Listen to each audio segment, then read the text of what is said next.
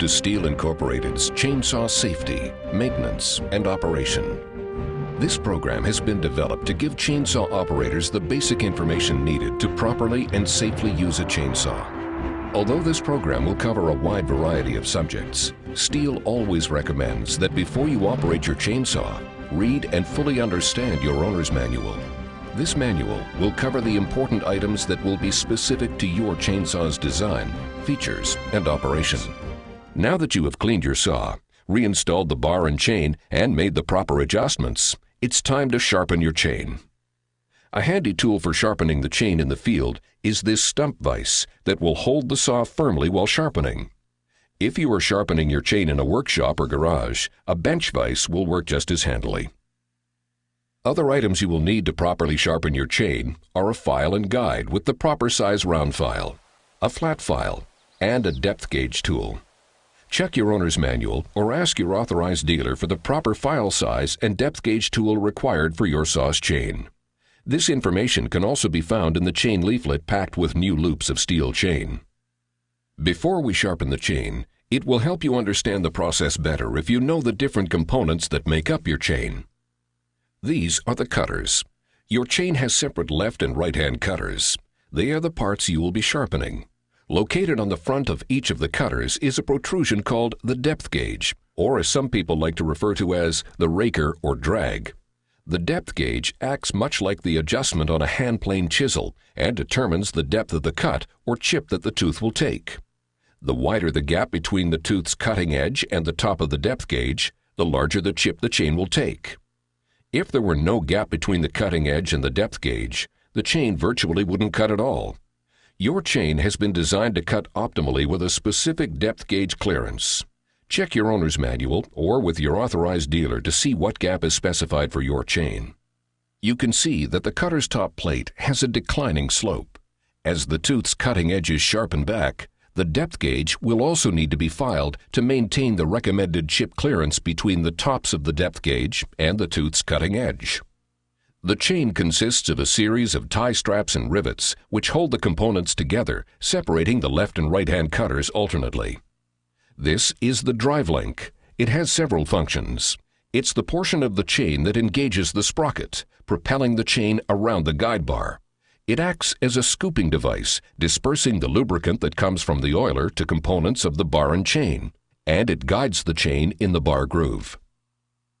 For your chain to be sharpened properly, you must make sure that each tooth has been filed at the same specific angles with the proper file, that the top plate of each cutter tooth is the same length, and that the depth gauges are set at the proper height.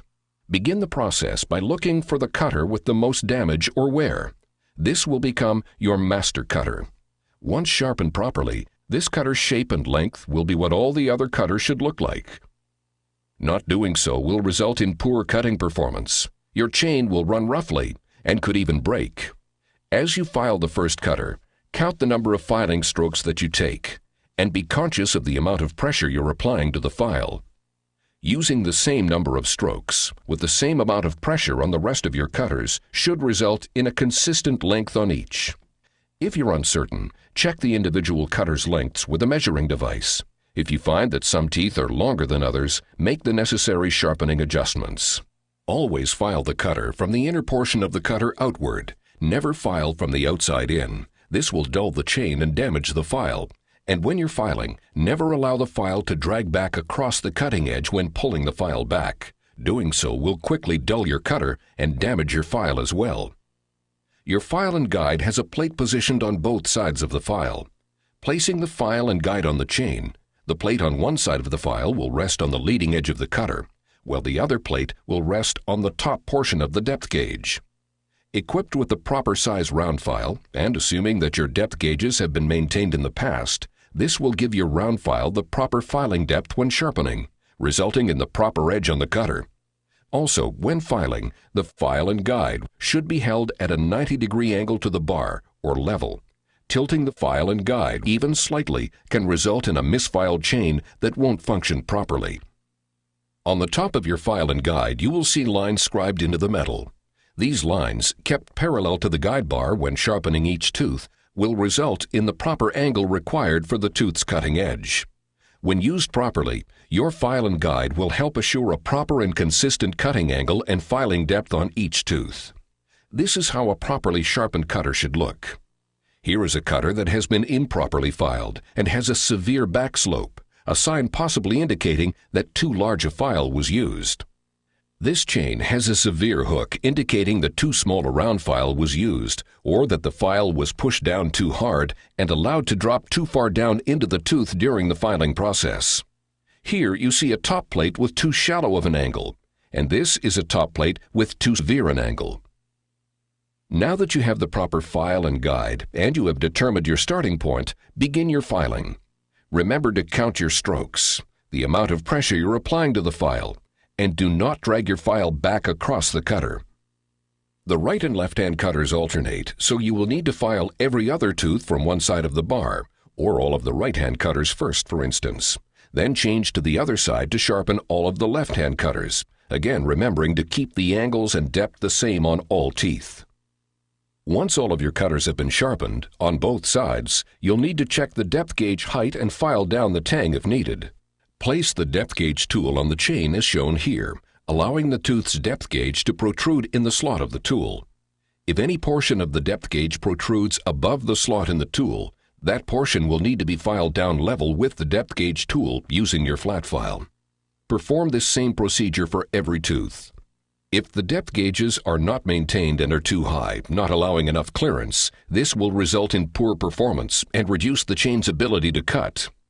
If you don't use the proper depth gauge tool and file the depth gauges too low, below the manufacturer's specifications, this will result in a chain that cuts too aggressively, possibly causing harm to your saw and increasing the risk of kickback, making the chainsaw very unsafe, which can result in serious or even fatal injury to the operator. If you have filed your chain's depth gauges several times, you may find the leading edge of the depth gauge will need to be dressed to conform to an angle similar to how it looked when it was new. Steel depth gauges have a line scribed into the metal showing the proper angle for the leading edge for you to follow. If you don't maintain this angle, it can result in excessive vibration when cutting, as well as diluting the low kickback properties on some chains. For some people, sharpening a chain is very uncomfortable or even intimidating. If this is the case with you, you may want to keep one or more spare chains that are sharpened properly with you while you are working with your chainsaw. As your chain becomes dull, you can easily replace the dull chain with one of the sharpened spares. When you're done with your work, return your dull chains to your authorized dealer where they can be properly sharpened on a specially designed electric chain grinder, and you will be ready to cut again with a set of freshly sharpened chains. We hope that this program will help make your chainsaw cutting experience a safer and more enjoyable one. For further information about your Stihl chainsaw, see your authorized Stihl dealer. For more information on Stihl, please see our website at stihlusa.com or phone us at 1-800-GO-STIHL.